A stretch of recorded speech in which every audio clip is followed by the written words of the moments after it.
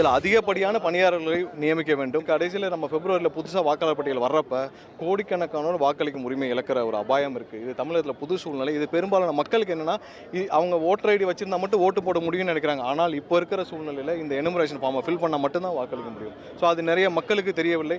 இதை இவ்வளோ அவசரமாக பண்ண வேண்டிய அவசியம் இல்லை. இதை சரி செய்யறதுக்கான பல வழிகள் இருக்குது. நீங்கள் ஆதார் கார்டை இணைச்சு பண்ணலாம், நிறைய வழிகள் இருக்குது. ஸோ அதையெல்லாம் செய்யாமல் இவ்வளோ சீக்கிரம் இவ்வளோ அவசரமாக செய்வது எதையோ இவர்கள் மறைக்கிறார்கள். இவர்கள் குறுக்கு வழியில் வர பார்க்கிறார்கள். ஸோ இது கோடிக்கணக்கான மக்களுடைய வாக்களிக்கும் உரிமையை இழக்கிறதுக்கான ஒரு வழியா இருக்க போது.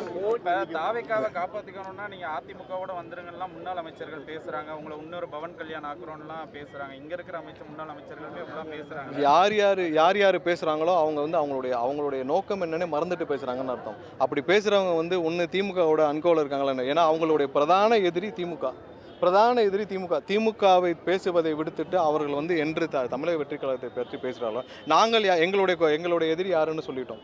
எங்களுடைய கொள்கை எதிரி யாருன்னு சொல்லிட்டோம். எங்களுடைய அரசியல் எதிரி யாருன்னு சொல்லிட்டோம். அவர்களை பற்றி மட்டும்தான் நாங்கள் பேசிக் கொண்டிருக்கிறோம். ஆட்சியில் இல்லாதவர்கள் பற்றி நாங்கள் பேசுவதில்லை. அதிமுக இன்று ஆட்சியில் இல்லாத ஒரு கட்சி.